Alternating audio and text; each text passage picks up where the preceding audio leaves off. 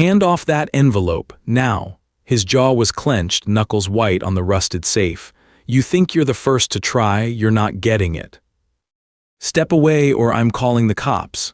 Her voice shook, but she held the paper high. "You have no idea what's in here," he snapped, eyes darting past the circle of light from the single desk lamp. She moved between him and the safe. "You stole everything, you think nobody knew." A flicker of panic crossed his face. "You don't know what you're dealing with," he hissed. Somewhere in the motel hallway, footsteps thudded closer. Her hands trembled, but she didn't back down. "Then tell them what you did, out loud." He slammed his fist on the safe. The metal rang. "You're going to regret this. Go ahead, open it yourself, show everyone." His hands hovered, uncertain, over the combination dial. How could things unravel to this point? To make sense of why danger and secrets coiled around a rusted safe in a Route 66 motel room, you'd have to start 4 days before.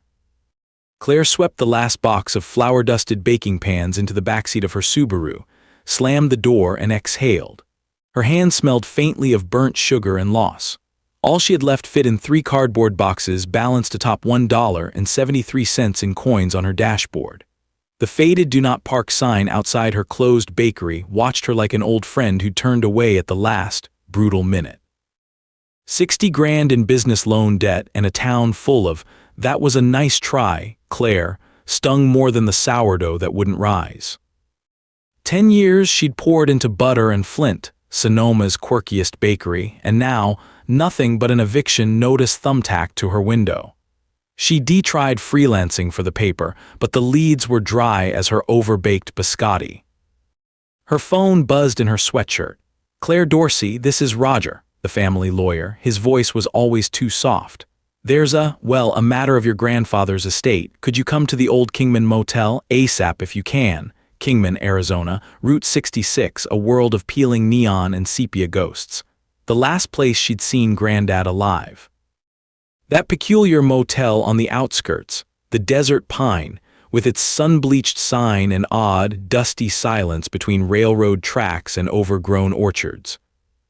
She expected nothing but the ache of musty carpet and ghosts of family arguments.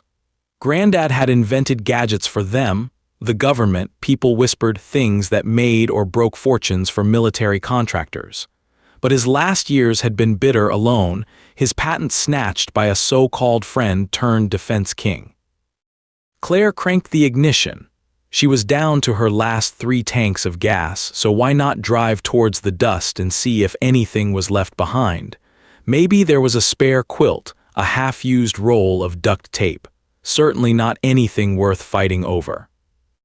90 minutes later, outside room 12, she was greeted not with sympathy but snickering. Her distant cousin Mason in aviators grinned. "Here for the grand payout, Claire." He passed her an envelope thin as regret. "You get," drumroll, "the old rusted safe no one can open. It's bolted inside the bank vault next door." "The safe?" Claire stared, dumbfounded, as Mason's sister Karen snapped a shot of her empty hands and texted it to God knows who. "That thing hasn't opened since the Eisenhower years," Mason crowed, "but hey, congrats on your big win." Roger handed her a brittle business card with a scribbled code on the back. "Your grandfather said you'd know what to do." Claire turned the card over and froze. A strange series of numbers, 2418-4-3911, combination or address, she muttered, closing fingers around the card. If you've ever watched old wounds open with the turn of a key and wondered what everyone else was so desperate to keep locked up, this story is yours. 4 hours later, the last fingers of light ducked behind the Redwood Hills as Claire's Subaru coasted onto the battered lot beside the Desert Pine Motel. Route 66's faded highway cut a lonely line through the sprawling Mendocino orchard country, patched with mist and the smell of diesel. She let the engine tick, gripping the strange card as if it were a treasure map. Old ghosts weren't the only things that lurked here. Claire had been the family black sheep, the one who questioned Mason's stories, who poked too deep, who refused to let business sweep secrets under the rug. And Granddad always stooped over blueprints, muttering about patents gone missing, Washington goons with shiny shoes and dirtier hands. "Why would he leave me the safe?" she muttered, pushing open the heavy motel door. Reception was deserted, newspaper clippings taped askew behind the cluttered desk. Flashback 15 years ago. Claire, age 17, had swung her feet from a vinyl stool in this very lobby, watching her grandfather bark into a payphone. "You can't trust him, June Ray S. not coming back with your money." Claire had never seen Granddad so rattled, and Ray Harper, the contractor who'd taken everything, had gotten rich on Granddad's invention. She padded down the cracked corridor past the employee's only placard. A musty, metallic tang pressed against her nostrils as she found the old safety deposit vault tucked behind warped paneling in what used to be the bank's annex. The smell of oil and dust. The steel was mottled, lumpy with rust blooms. An amber bulb flickered above the door, buzzing doubt into the stale air. Claire checked the business card's number series and entered the sequence on the battered keypad. 24-18-4. An audible click, then the door grudgingly opened, revealing the safe, hunched and ugly as a wart in the otherwise empty, freezing chamber. "Looks like Cinderella's pumpkin," she muttered, sliding her hand along the safe's jagged seam. She didn't notice just yet the faint outline of shoe prints in the dust behind her. Someone else had been here, far more recently than anyone claimed. Claire circled the vault, heart thudding. She eyed the screws that held the safe to the floor, then spotted something wedged behind exposed wall studs. She yanked out a folded, yellowed napkin, Granddad's unmistakable handwriting. "Look for the Morgan, trust the numbers. Time's a trap, but coins remember." A Morgan, she squatted to peer closer at the safe. Symbols were scratched into the base, a tiny, stylized eagle and the year 1878, the Morgan silver dollar. Granddad had collected coins, maybe this was a clue. She pressed where the eagle was, and beneath her fingertip a catch released, and a small wooden box slid out from a hidden slot beneath the safe's base. Inside, 26 Morgan silver dollars gleaming in mint condition. Each was cushioned in felt, uncirculated since the day they left the mint a century earlier. Claire's hands trembled as she counted. Whole series, 1878 through 1921, that's impossible. The silence snapped apart as a voice whispered from the shadows, her mother's handwriting in the old letter. "Claire, if you're reading this, something went wrong. I know they made Granddad sign. The safe is our record. Don't trust the others. The real worth isn't what they want you to find." Her vision blurred. Granddad hadn't just left her a rusty relic or heirloom gilt, he'd left her a warning. A knock jolted her upright. Claire braced herself, clutching the coin box. "Who's there?" A thin, balding man stepped into the dull vault light, the motel's old maintenance tech, Tommy. "You looking for ghosts or gold?" His voice was slow, uncertain. "Neither," Claire said, swallowing, "but I'll take the truth." She showed him the Morgan box, and Tommy's eyes widened. "Those are worth a small fortune. I saw Ray Harper snooping around the back exit last week. He flew in, says he owns the old patent now, but you careful, miss." He glanced at the scuffed shoes of fresh dust behind the safe and shook his head. "Patents that big, people go missing over things like that." Claire pocketed the coins, trapping the Morgan receipts in that brittle napkin. Her phone showed a new voicemail, unknown number, a gruff, digitized voice. "Whoever has the safe, you're in over your head. Stay away." Her stomach knotted, but she pressed on, dialing the only ally she half-trusted, Leela, a semi-retired investigative reporter in Santa Rosa. Leela answered on the third ring, voice spiced with bourbon and smoke. "You found something, kid. Don't say patent over the phone." "Not just something," Claire hissed, "Morgan silver dollars and records. I think there's a false bottom in the safe, but I need expert eyes, and someone's threatening me." Leela whistled. "You just poked every bear in the orchard. Harper's boys play rough. I'll hack the land records, meet you halfway at Mother Jones' Cafe, Hopland, bring everything. This goes down in 4 days." Claire drove through fog-ghosted orchards, headlights catching the haunted succession of land for sale and we buy gold billboards. She rehearsed her story for Leela, hands sweating on the steering wheel. Flashback again, butter croissants at dawn, her bakery filled with chatter, then eviction, the phone call from the bank, you have 72 hours to vacate. That loss now felt small compared to what she held in the old courier bag. She'd always been punished for asking questions, but now, what if those questions led to chain reactions nobody survived? Mother Jones' cafe was half empty. Leela hunched over a chipped mug, trench coat thrown askew. Show me, Leela barked. Claire produced the napkin and coin box. Leela examined the Morgans with a loupe, then scanned the letter. This isn't just a coin collection. These are original release, every date, mint mark. Worth 6 figures easy, but that napkin points to something bigger. Time's a trap means compounded interest.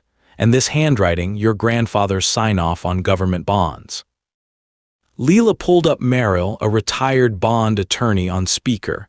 Vintage safe bonds, more than $1 million at stake, but nothing standard. What am I missing? Merrill's reply was crisp. War bonds from the 1950s. Even at basic rates, they'd be astronomical now, especially if kept unredeemed. If they're tied to Harper's company, there's SEC implications. That's federal time.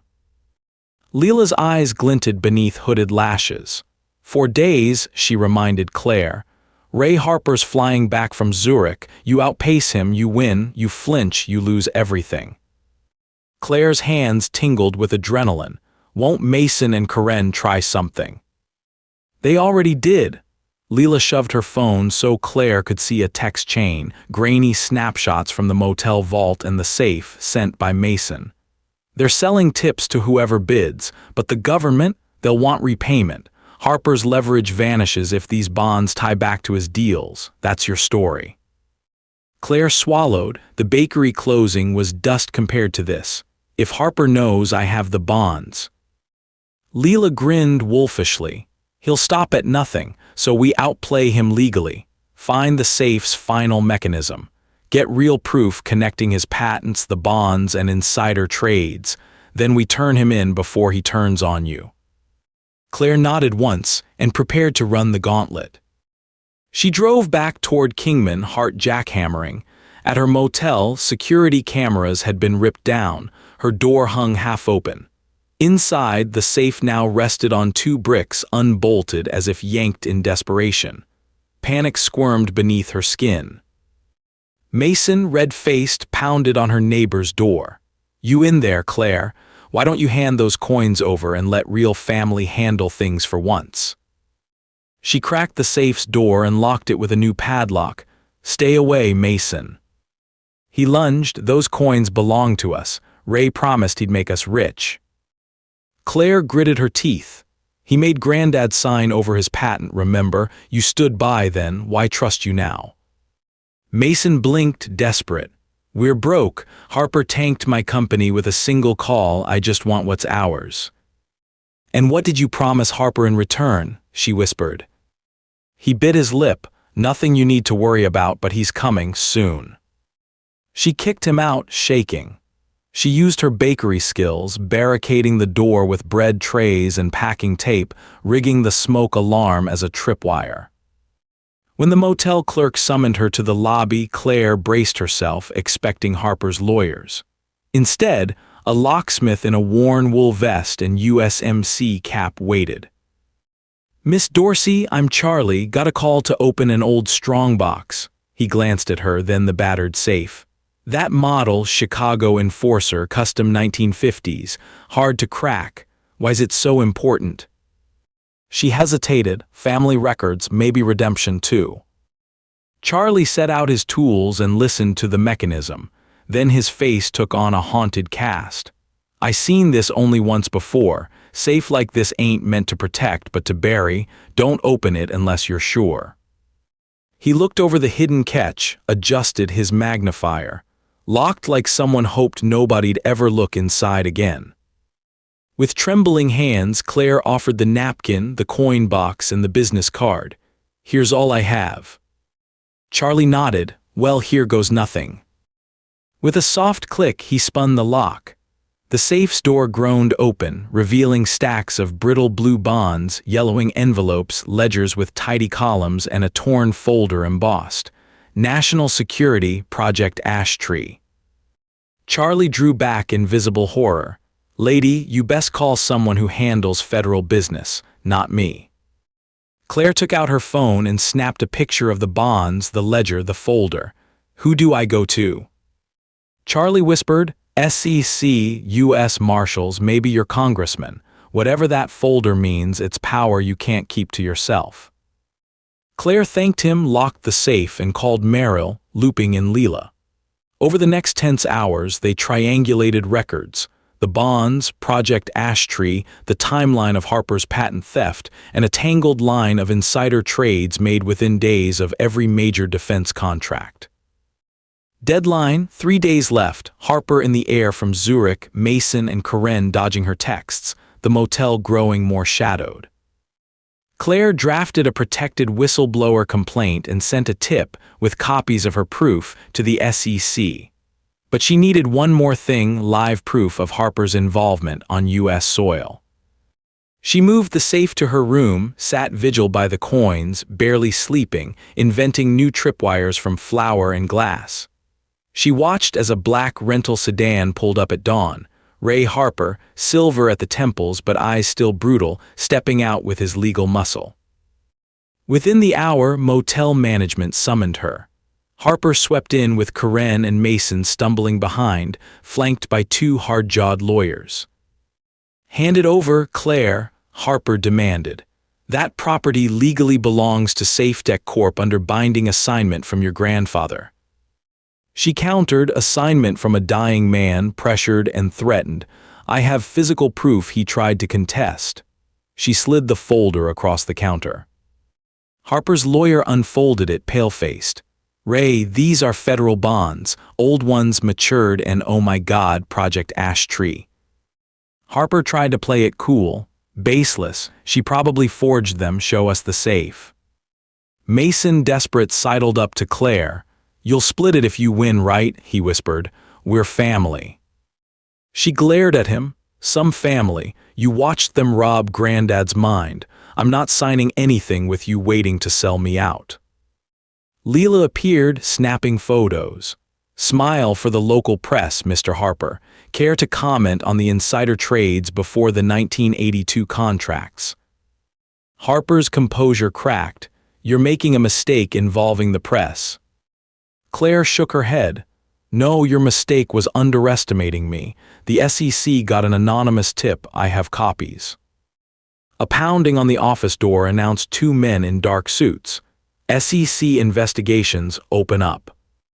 Harper's face drained of color. Mason whimpered, "This isn't what we planned, Ray."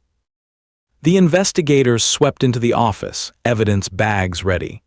"Mr. Harper, you are under investigation for securities fraud, misappropriation of government property, and conspiracy to commit wire fraud. You and your associates need to come with us." Karen shrieked, "You said we'd be rich." Harper glared at her, finally caving. "You idiots gave it all away." Claire, heart rattling in her ribs, locked eyes with Harper. "Go ahead, open it yourself, show everyone." He shot her a look of pure venom and spun the safe's dial, hands shaking. The bonds, coins, every proof of theft outran even his best lawyers. "Don't do it, Ray," Mason pleaded, shrinking back. Harper's fist crashed down, useless. "You'll regret this, Claire. You poked into things that should have stayed buried." She stared him down, not flinching. "No, I just dug up the truth you buried." The agents hauled Harper out. Leela caught Claire's shoulder, voice lowered. "You did it, kid." It didn't feel like victory yet. In the weeks that followed, SEC press releases named Harper and his corporation, stripped of all rights to Granddad's work, forced to forfeit every cent tied to the criminal scheme. Harper's company went belly up, assets seized by the government.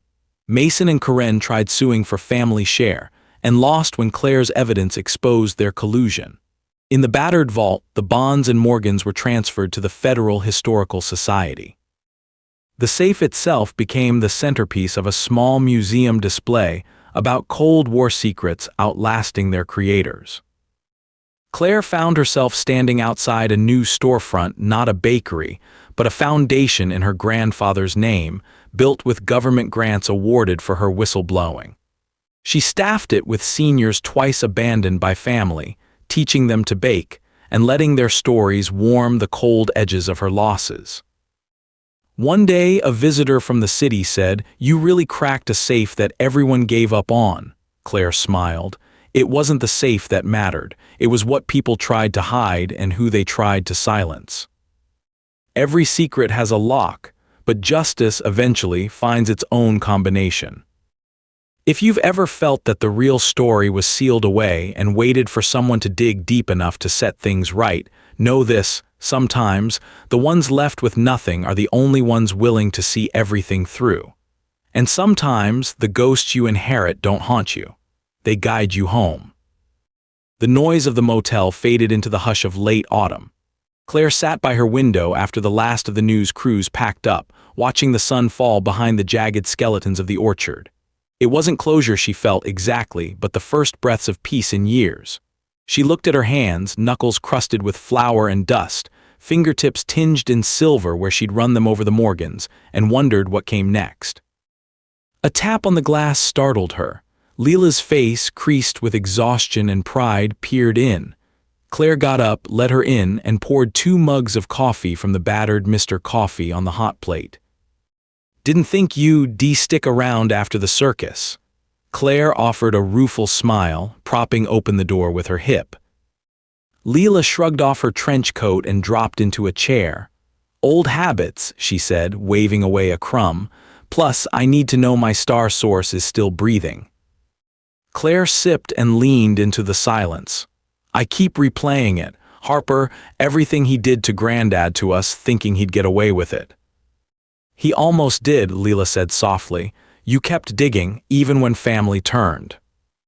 Claire stared at her shoes.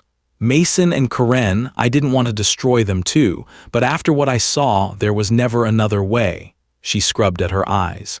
"Did you ever dig so hard you were scared you'd never come up for air?"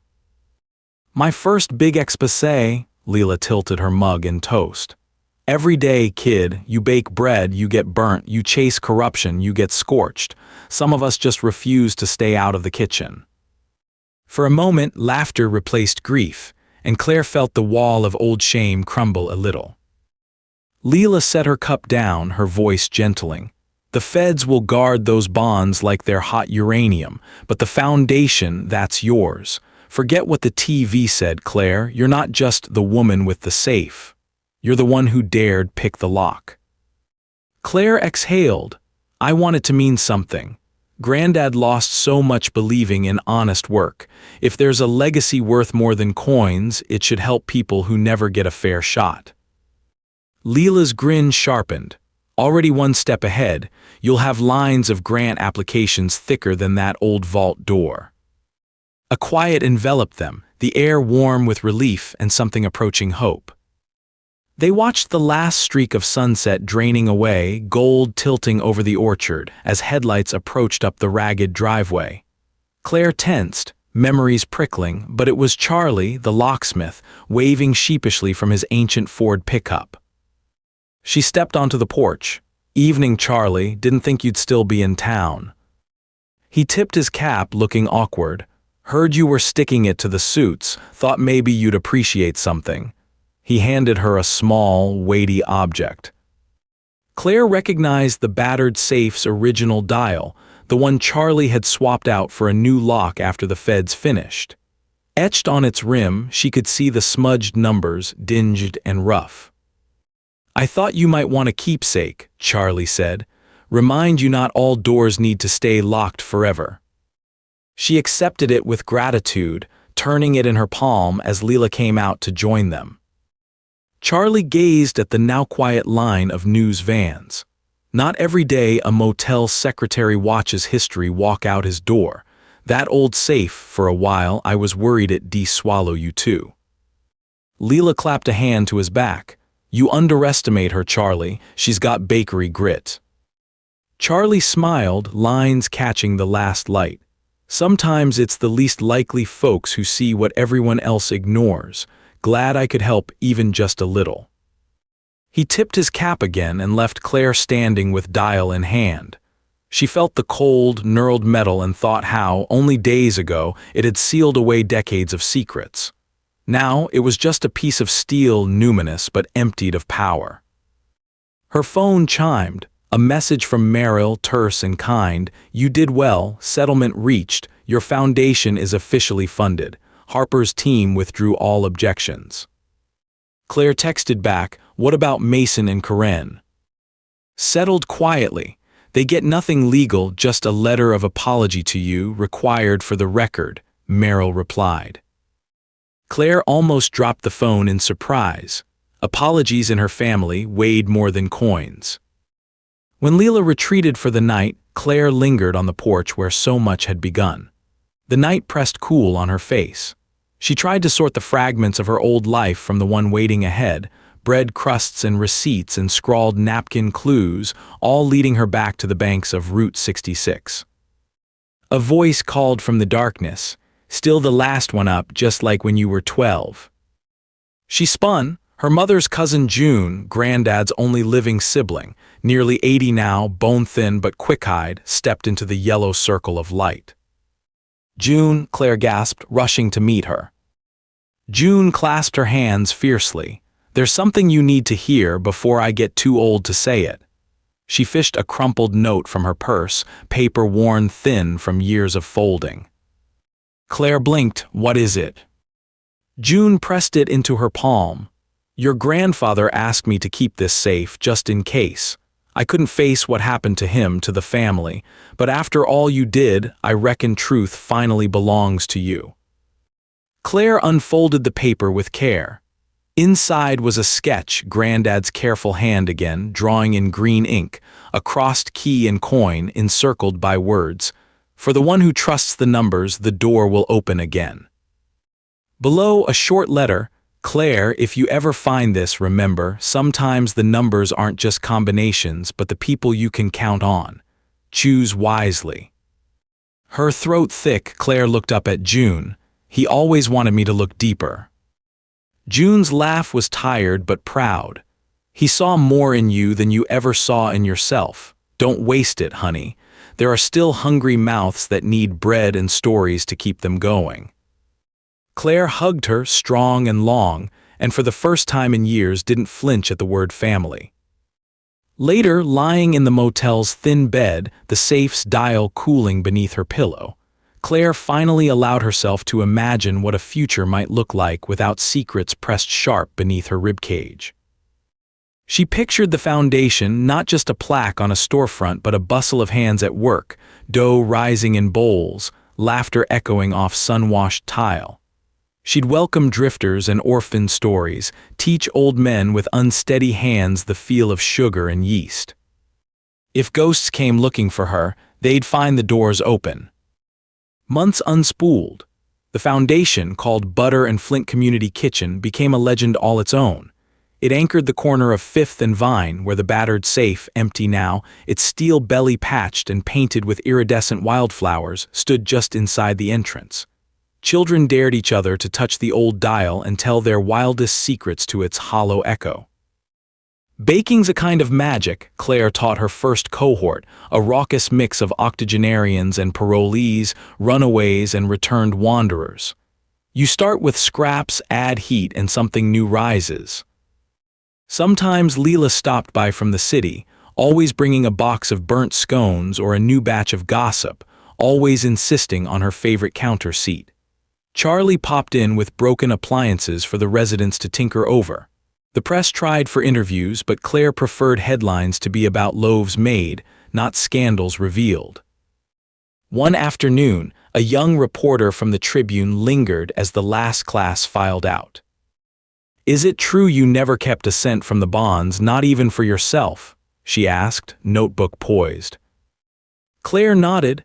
"Money was the lock on our lives for too long. A safe's just a metal box.